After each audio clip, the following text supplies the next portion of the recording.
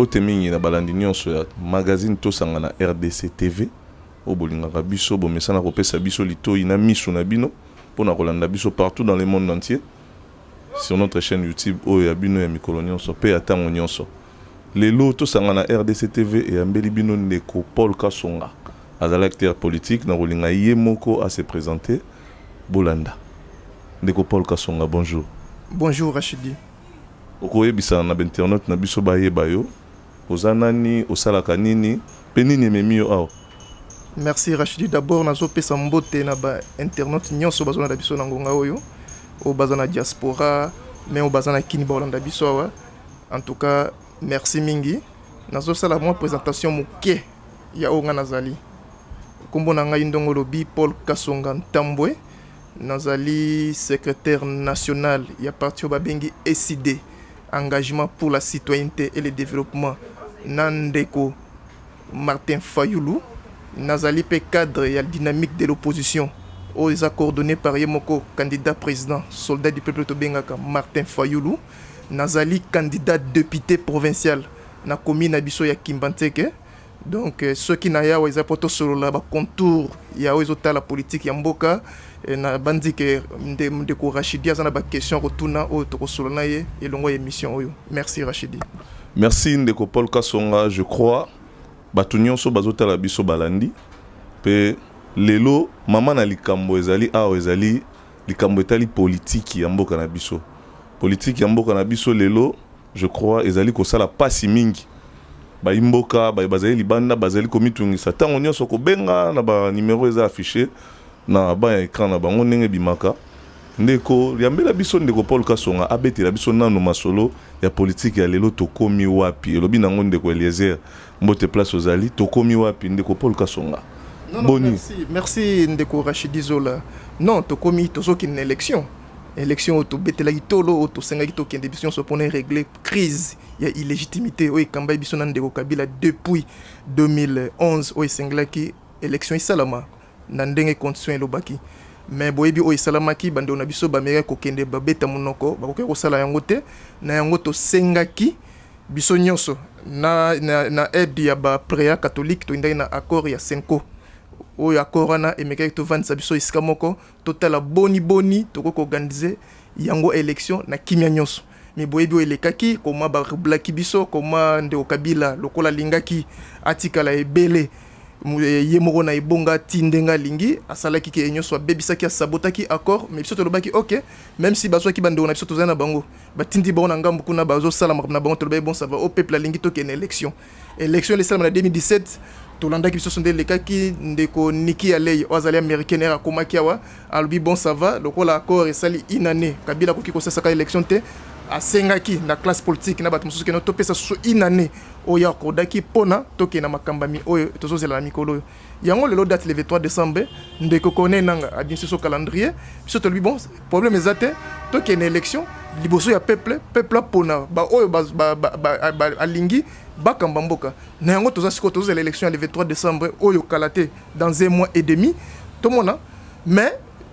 élection oyo tozolinga ezala na respect ya Constitution de la République na respect, il y a loi électorale na respect, il y a calendrier oyemoko connaît nanga apesa biso. Je précise, calendrier oyemoko connaît nanga apesa biso. Calendrier oyelobike to ken élection le 23 décembre. Mais na kata calendrier nazo ko préciser que na calendrier na balobi eloko ya machine à voter te. Yango tozolo ba chaque tango nyonso que eloko na loko za na kata calendrier te. To ki jamais ko ken élection ne eloko yo mutu moko ayeka ka poser biso na machine. Non, yango to loba que non, to ken élection le 23 décembre tozali prêt. Mais to lingi balon la biso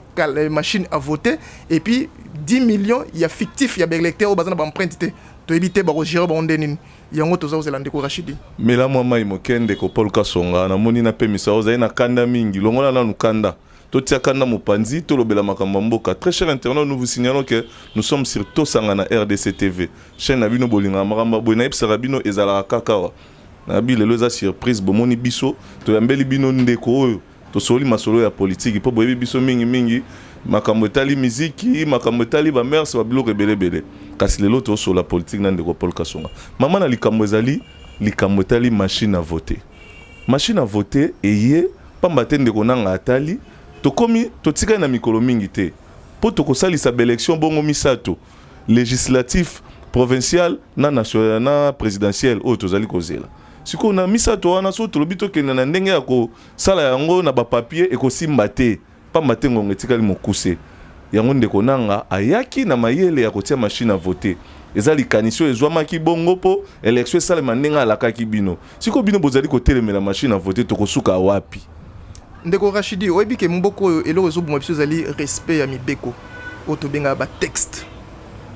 soki mboka boyebi korespecte mibeko botie te ezali pasi biso toboya élection te moto apropozaki élection ya 3 tours ezali nanga ye moko na accord ya senko tosengi tobengi nanga ye totuni nanga élection oyo ekosalama na 3 biso tolobaki esalama na 2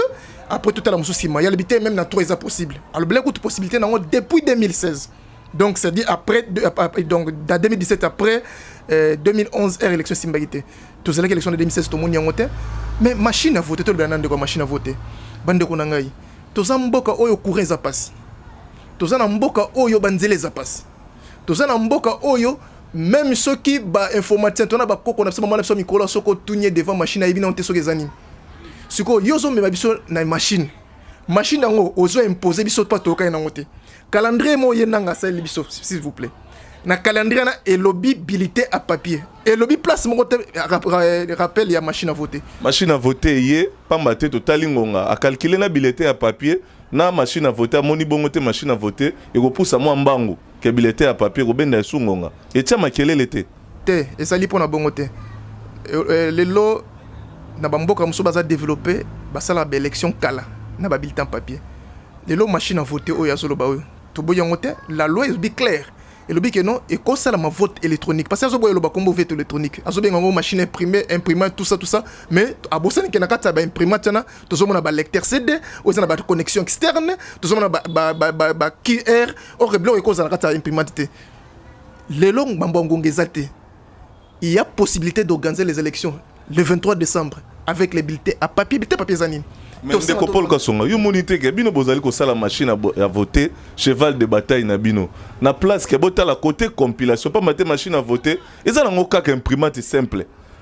problème mingi ko ko zala na côté à compilation ezala pour na machine à voter te quand même ndeko soki ezali imprimante simple pourquoi kasi azolinga te toyeba to sala expertise ya machine yango mais ndeko Fayulu na bandeko mususu bazalaki bandeko Yves Punga bandeko mokia bazalaki na kati ya seni pona ko expérimenter machine bango bazalaki motema likolo bazalaki patiente babimaki na kanda te babimaki na kanda posa nanga lobaki bandoto ni ba question importante nanga lobi que no OACP nango te abi dégager salle c'était d'abord non respect ya bakanda président ba futi ba $100,000 na bango biso to lobi te to machine à voter to ko kina na machine à voter mais est na loi mibeko Congo machine à voter zali est na calendrier nanga pourquoi taki machine à voter te ndeko Paul Kasonga soki tolobi tozonga kaka wana to bando ko baluka kaka lokola esika moko depuis kala ndeko nanga no saki ki akosalisa maponomi kaka na machine à voter na monaka réaction te mais pourquoi lelo makelele yango ye makasi boye pas maté to komi pembena ko kene élection le 23 décembre oyo ndeko Rachidi machine à voter to bando bilongo depuis kala parce que calendrier ya bimisa le 23 ezala ki année passée machine à voter ezala ite era na machine à voter que nos machines on a tout expérimenté on te tona na mboka ça pas problème belé comment yoko poser sur machine à voter na batba bien mingité et ça te to bandion lelo te to bandako depuis kala sur machine à voter bon sika awa boyebi ke ndenge tozali awa to komi ko kena suka banda bo banda pe makelela ngo eloko moyo ko sala mate ndeko nanga pe azali ka kokoba ko te akaka ko lokisa bato makambo tali machine à voter et bongo siko soki ndeko nanga lobby ngai na kosaisa maponomi kaka na machine à voter bandeko bolanda biso malamu tokosuka wapi te to dégager nanga to fait dégager mboko ezamboka ya nanga te za yezilanga tata na ete pesa biso no formule ya dégagement ya nanga pa mateza yena ko banga boko dégager nanga ndenge nini et prévoir clair na article 64 on nanga ngasala na kabila ezandeti malibaka mboko na kati ya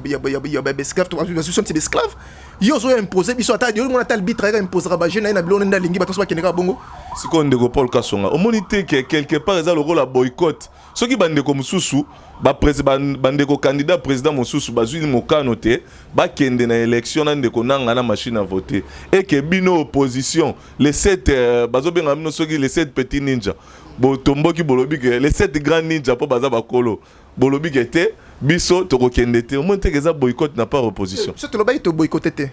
to ben peuple que to boycotter moi politique boycotter politique kala to mona ki ba erreur nango to boycotter to ke nango mais le kola mboko eza biso nyonso to bina nanga ke organiser élection na ndenge sengeli biso to sengeli musute kaka calendrier na respecter yango pour to so comprendre pourquoi bimsepso biloko ils allaient préviter to boycotter élection te ngaza candidate sina futi mbongo nanga na caution et puis nga na futi on ya pas ezate ba futi linga pas nga na parti te o ezana bokondi to bazo zo mbongo te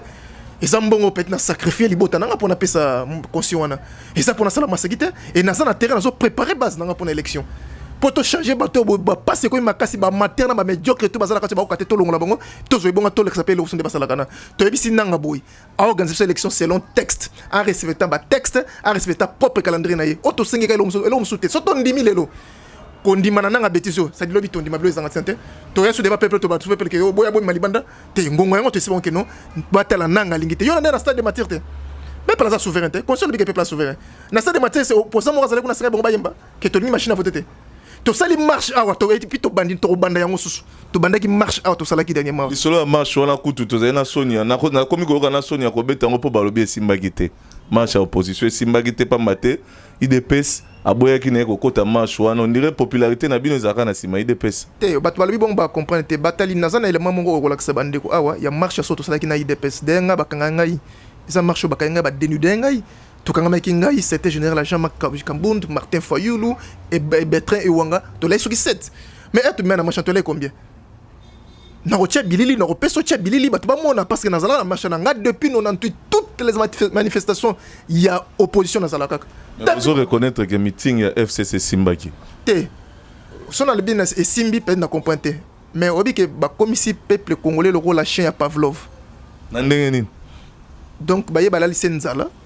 a commis passi serait bon mais c'est les 2000 francs 3000 francs 5000 francs a commis le rôle en boîte me le meso tangasoyi pour bazoyi ba boyi bango balobi ba pesi mbongo atana moto moko te atana moto moko te image ten internet ba mais sur circuler au moins te ba bundi ba peut-être ma confiter au te ba ti ba bisi ya l'état pour na ba ko ta bofta mbongo ba mobiliser toute na partie état le lot PPR des atina DGI na au fil de PPR des ali aucun na bantrition publique DGI ba pesi bango ke sobo kende kuna sobo ke kuna te bo longa misala et puis bo zo mo kanyaka ba te ba ke pour na kanyaka ba landi ne ba ka ke no to lia bo me bo ka kinte ba ebele bango ba ebele donc to ko voter bino lisusu to sola no likambo mo ke to pe makita na moke na moni ozala kanda mingi longola kanda to sola makambo etali mboka ya mboka pesa kanda so talande mama bazo violer bango na est tande bazo se bande na biso na Angola lelo Kongola komi pona vivre na mboka neza pasta atanga te pasi ateke loko oteka mate donc Congolais loko mi moto soni na mboka na ye Rwanda mboka muke oyo bazana coltan te coltan ba yibana Congo ba komi ba producteur à coltan tande Rwanda bongisi mboka na ye muke nyoso ka to vanda bopona bozoba ya totala ba kabila na ba ndeba sana mboko tolbi boy Congo eza héritage ya biso nyonso soki lelo totiki kabila c'est total ke zamboka na basala ndeba lingi ya le rôle héritage famille tiki bino yo vandi ba moto moko telemi nango zo donda nango bino bovandi bobite to kosela ko to kopema boko tika na passe to kotia Congo ke boite mboko eza mboka ya Simo Kimbangu mboko eza mboka Lumumba eza mboka Kasavubu biso so to tangi na mboko to yebike no mboko moto moko ta ko longa biso te parce que Mobutu a sala na mboko a zonda lelo akenda kabila yeka na neonasi sawa ya ko pesa biso ba ordre te a ko imposer biso pasite yango non c'est la peuple ko ba comprendre lelo kanyaka bozwaka ana babilo amikemke bokindaka na ezali malamu mais bo penser est-ce bon ko tika na via kanyaka bongo est-ce lelo ko le moto apeso kanyaka ko bongisa vite ko sala mosala to na bato bazo tangi belawa obi combien d'années de licenciés ba misana chaque année c'est plus de 80 000 licenciés chaque année combien de gradués c'est plus de 150 000 gradués chaque année basala wapi lelo ba komi otanga ba cabine lelo ba komi ba biso ba komosala kindumba donc lelo ba chosifier vie ya moto lelo pouvoir le donc to ça le moi fierté à congolais à souté pourquoi parce que y a na bato mo ba vendre mais kendo tala ba bazo kamba biso tala nde chadar azo sala na TV mon patas mais pour mo patas na isunga te ke lelo abongisa mboka na gouvernement na ye ba futaka bato malamu ba si ba sala kwa journaliste de yo boy on vivra na découpage te on vivra na musanga yo ke comme découpage lelo tande bo komi alors na to bongo to bike to tsansu kabila te ngana bina otika te ngana ze pami bato oyo na yoko na lobake non soki lelo bana nga bakoli ba yoki sango ke na papa bonga zalaka intellectuel azalaka na diplôme atanga classe mais ba retourner mais yo na classe otanga osalaka ni na mboka na bino je ne peux pas rester indifférent c'est pourquoi bitumo na bagnon depuis 98 na sali bitumo depuis IDPS ti le to créer parti na ndeko Martin Fayulu SID on a sa fondateur le to sovana to kama to biki to tika mboto to kino tisuka pa mabelo za mabelo na biso et muto rolonga biso mabelo za te to ko c'est la beauté mboka beba boy pola to vandi to ba parce que muto mo nanga zo sala calcul na pourquoi nanga zo insister sur machine à voter. Pourquoi il soit calculé les éléments? Pourquoi attaquer on a calendrier n'a été? Ils ont insisté pour machine à voter au même élection bango. Non, mais ça quoi qu'il est-ce ma machine obi que machine ne ko quitter na ina ngote. Bon le loso est tombé panne. Est-ce à prévoir ma machine à réserve. Mais seni azali na makoki a déployer pe babilo rotozo mona ba mituka pesami babilo ropezo kende na bamboka ba province par-ci par-là. Mais bino bozaye kondima kaka te siko bolingi basala ndenge nini ndeko Paul Kasonga. Na le bien les loso qui tuni ba information to landa ki te réunion salama ki entre yena bato monisco na Kabila réunion internationale. Mais to landi nanga zaka na banini. Pourquoi qu'est-ce qu'il y a des nini plan de décaissement azo personne azo présentant na publicité. Pour enseigner zali ezelo ko ya l'état. Oh le lombo on a biso to futa ba taxe yo mto sali futa kuna na encore on le rôle anda kuna été on sala mo ndela lingi de tizambo on est mo na ye et ça ni ya l'état mais expliquer ce plan de caisse mati batien la combien singi yo zondi ma élection ça to zanga na yo oyoka déjà batu ba ko beta minoko akalate mais biso to lobina bon keno élection parce que après le 23 décembre to komona kabila na bonga na kiti ya bokondité Ozalate passer à préparer ndeko Shadari mbamsu ba kolonga po basi basali déjà ba plein na bango emonani na miso bato ah plein ya kanyaka na eza pasi eza plainte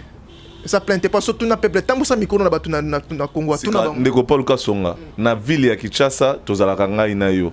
kombo ya ndeko Shadari tamboli tina bala mikie ebani kandido abino pe banda bobandaki bokota na se ambetu bo matalikolo ambetu candidat comme opposition azobimate ezanini bozana nous prêter tozoyebate po ndeko Shadari kombo na ese ebani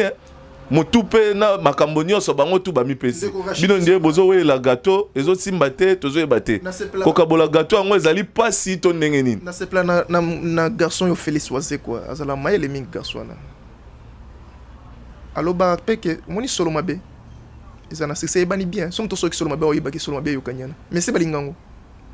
mais ya solo mabe timto so yibi ki solo mabe so yo ki so ki muto asali elo mabe yo ka solo mabe mais ebani muto so yibi ki so bato so ba yo ka solo mabe muto lingango azate Shadari le loba yebie parce que albana bato so ba fini mama na yo finga mama na yo yango bata ba yebie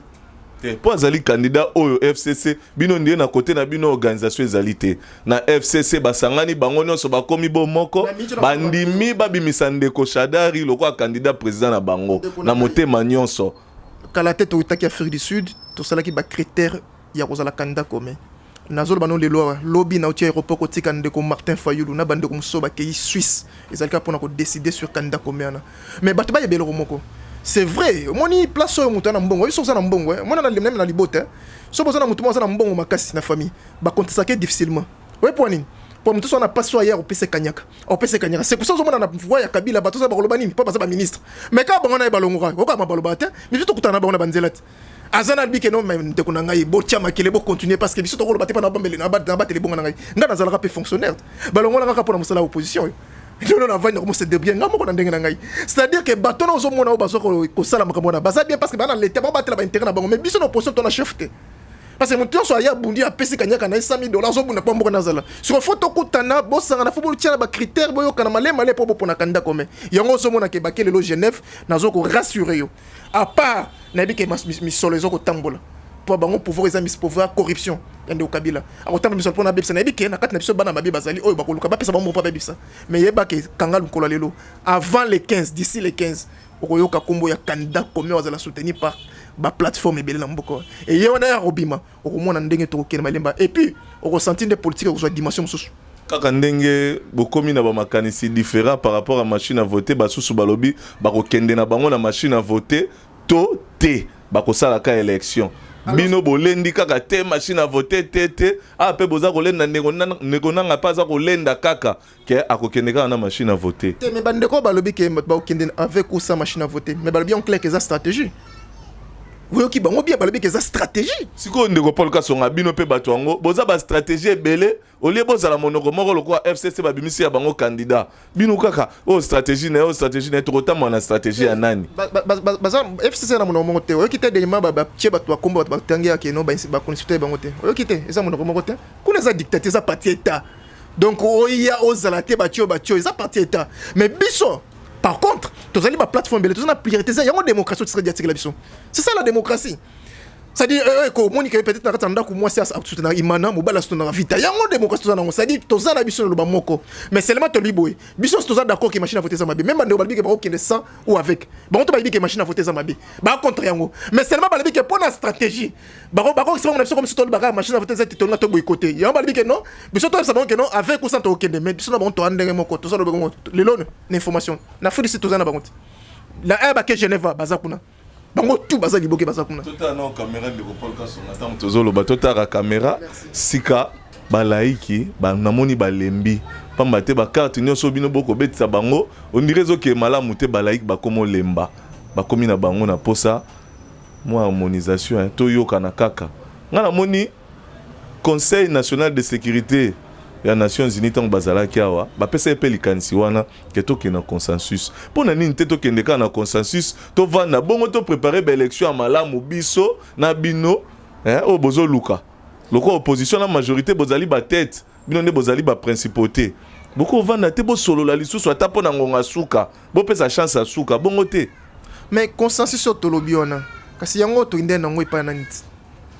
yango to inde na ngoi pa ya nanga na ba candidat président o échoué en consensus mais to ke poto kana to ba kino to sala boy bon ba yoka bisote bino bokende pour la rolongo la machine à voter mais consensus za nini o sasa ko yoka nati alors so neto yoka na pour la rolongo la machine à voter yango consensus pour la consensus yango na to ba kino machine ko sate machine ko sate yango consensus. Très chers internautes, n'ayez besoin de Sarabino chaque fois. Continuez de vous abonner sur notre chaîne Tosangana RDC TV. So vous abonnez mingi, vous avez bien le resal arabiso. Ndeko Paul Kasonga, sika na ebite soko landi likambo ekweli bandeko na biso ba bazaki na Angola. Balobi babeti, tomoni babeti na bilili bandeko na biso lokola banyama, babeti, babwaki, basalo no so bakoko sala. Na lobi bo ezali bras de fer entre bamboka mibale. Bon, ndeko nangai et sali biso pas imaginer to moni bana biso à chaque fois comment ndé bandeko bazoko souffrir lobi ezalaki Brazzaville le komi Angola et ba chiffre so pesa na plus de 180 000 lobi na landi ke kutu garçon mo ba bomier et pas soda moko ya biso soda biso sadia wuti pas soda biso zalia mais to ba ke mboke zo bon mboke za malamu te bon moni une raison de plus na bidon ke Chadera ko so mboka pouvoir na mbokote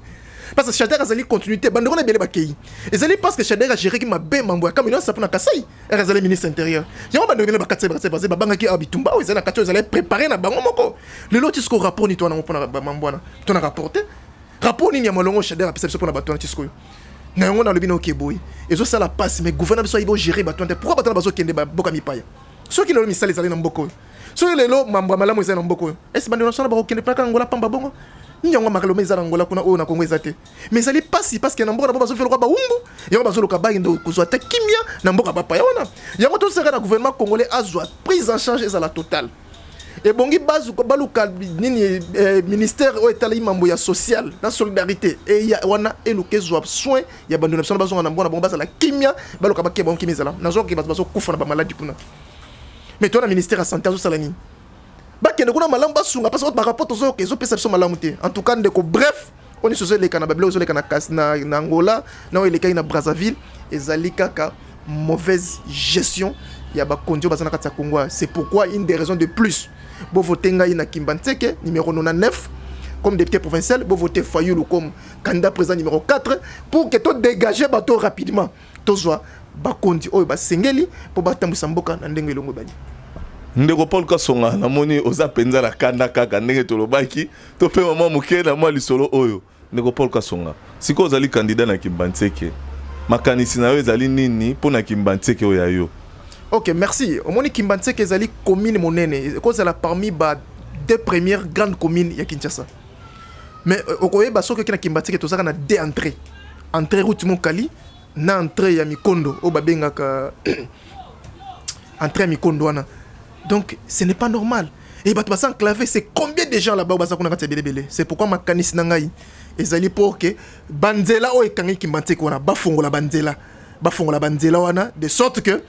avant au comme route mokali nzela mo ezalo eko kota na kati avant comme kinga sa sur place basali commune ki matia sekana basali sunzela mususu Kimbanteke zo mériter za mona winzela ou neuf nzela en dehors de ça nzela musu elongoli Kimbanteke mutaro Kimbanteke tina boulevard ka ya Lumumba te akolo ka Kimbanteke abimi malamo tina njili nzela mo connexion ya asphalté tinjili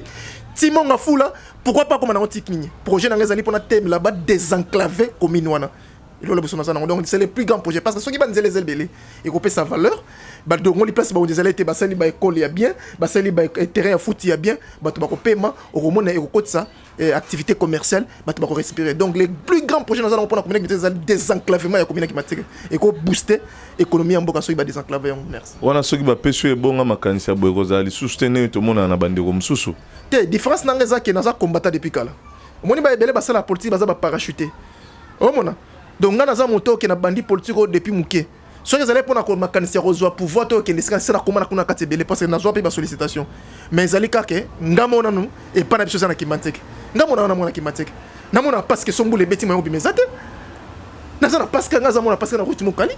soki mbula ebeti moyo obima eza te namona koma fulu ya bato ezala so bazokota na ntongo te bazobima. Non, c'est pourquoi dans le but que non, et ça n'a pas intérêt pas c'est babot na bazaliona qui bunda pour les loger fond pour sans fierté. Donc le ça possible sont dans comme député provincial dans la député combattant. Na pas pour la gaz lacrymogène et quand mon côté. Na so ba sota gale depuis deuxième république siko na zakaka. Ba marche tout la salle n'a participé pas et quand ça mon côté. Alors mon roni na quand pona lo bana gouverneur ton orienté projet mo boy vers développement ya commune nanga qui manteke. Donc c'est Ndeko Paul Kasonga na ligne total la caméra pour na lina lobelo romo motoya. Peuple congolais a souffrir. C'est vrai, peuple congolais a passé. Il y a moko na bomo ya congolais au marché te. Na mboka na biso tozalaka na classe mibale. Or, bomo ya bato ezalaka na ba classe misatu. Classe wa likolo, classe wa katikati na oya se. Kasi biso tozalaka na ya likolo na oya se makasi. Lelo bozo senga na population tango zana nuboye ba pesa yo bokondi. Bapesa yo makasi okomenisika tozwe bonga obanda kolobela bango yebisa population congolaise topé population quinoise en particulier ya Kimbanteke oyo za ko senga bokonzi message moko clé pona bango pona population particulière ya Kimbanteke o bayebinga bien o bazo zelangai bamona nga député na bango nazobisa bango boye c'est vrai ndende kwa lobby na bipai na bapaya tous on a 3 classes donc classe ya ba riche classe moyenne na classe ancienne ya bato naso bato benga ba pour les prolétaristes c'est-à-dire ba bidemini o babunda mun kemke na ba désœuvré na banani mais pourquoi biso tous en ngote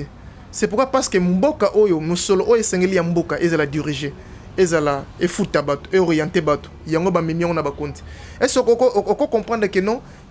na 4 entreprises PDG de TRSNL ceux qui va futa kaisa plus de $50,000. Mais si tu as assez huissier, on va foutre combien? Au souk à Boisa, 80 000 francs, 90 000 francs. Comment place moi les là? Or, échelle, il y a salarial. Ce qui est un président numéro 1 et qu'on les cadre plus de 10%. C'est-à-dire quoi? Ce qui va foutre $50,000 à PDG dans l'entreprise, il faut des moutons souka, au moins à 10%. C'est-à-dire au moins $5,000.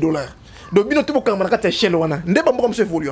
Je permettre que moutons soient même assez, même en ça que tu as mon bon mais quelle est l'entreprise? Au côté de DGP, PDG, tala ba vjip likolo kolo, momoni muto à 6 centenaires € là est réfugié. Mais ayem tazana katuana. Au côté de procureur, tala ba vjip ma tama minene, mais tala wisho article la no ba pour convocation. Mon doti muto mo ba ko fula bambanya koi. C'est procureur c'est moi le lendo, moi kozala moi malamu moi. Il y a une corruption, il y a une corruption, il faut to bunda to la régime ou pas to régime ya ba compétent. O bazana on a nini na souci à peuple, ba me ko sabe le parce que biso na programme na kanda Martin Fall to le ba ke le kona. Tout le monde a dit de respecter la hiérarchisation de salaire. Ça dit jamais yo ko les colo on aura $50,000 na c'est montant $60. Ce qui n'a place d'entreprise dans mon salaire partout et ben même président de la République. Soit on soit les colo quoi ça premier soldat. Premier fonctionnaire, il faudrait total to calculer salaire à Zoka. C'est comme ça là-bas pour aux États-Unis, c'est comme ça. Ce baron a sûr que salaire à bord comme annuel. So calculer on retrouve le salaire ya muto yasse. Donc si on est classe monétaire parce que mboke so mboke so tamana bani. Na baniko ba mikolo ba yibi nase ya on même on na basala msote ministre of taille combien mais soda ba futaye combien mais to yebi ya soda mais il y a ministre bo yibite bino ndebo sa refa to yebate ya soda bo yebi sa biso te mais on a dit te bazo kamba bazo ba vérité te faut ba vérité pourquoi ba futaka soldat salaire ya muke mais ya zana mais ministre président tala ba salaire bazo ba avion so ba tioka premier ministre to kindo ko chibala déjà ba immeuble so tongam nana monaki mais so monana naki obi kino yo obi avantage ya Kinshasa eza ke to yebana kanani na nani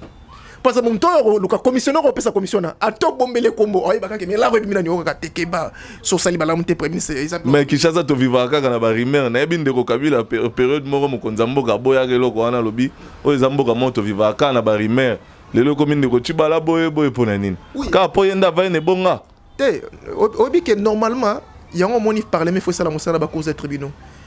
kiti ya bonga ya politique ezali kiti ya bonga ya famille il faut opesa ba compte rendre ba compte o mona yango sala ke ba kino ba congolais soki ba moni nga boye ba moni na komi ministre ba ko ba na delangate ba ba c'est vrai que dans un salaire ba do futanga mais soit moni les caté ba tout ba mo salaire comme le ko bonga ezala te mais comment mutu dans une année c'est dans son ba immeuble il y a plus de 40 millions de dollars. Donc c'est dit c'est pourquoi tu sengi kaka élection le 23 décembre pour te bien pouvoir na malembe mais ceux qui va organiser l'élection le 23 décembre était ba que le 24 décembre date le 23 décembre et se transformer en date de révolution na yebi ndeko nanga lobi élection le 23 décembre plutôt na machine à voter to boite biso to lobi que élection le 23 décembre biso to lobi biso peuple souverain o to ganga ki na stade de Mathieu to lobi que élection le 23 décembre mais sans machine à voter parce que nanga a respecté constitution souveraineté ça et à peuple il y a ça moto musala ba wana a respecter puis non senga na diaspora bazana rola musala basana dit que basala musala mingi so nazo continuer bango et surtout continuer contre machine à voter bango bana pas possibilité il y a ko tinda ko investir ba organismes internationaux ba parlement na bango ko investir pour ça bango que nous ne voulons pas ça c'est la force il y a lobbying il y a diaspora il y a bomona na ba Rwanda ba diaspora ba zama kasi parce que biso be na bi ke basala musala malamu lelo bando ko so ba biso ba ko ke ko voyager te bano ba d'apoto na ko batama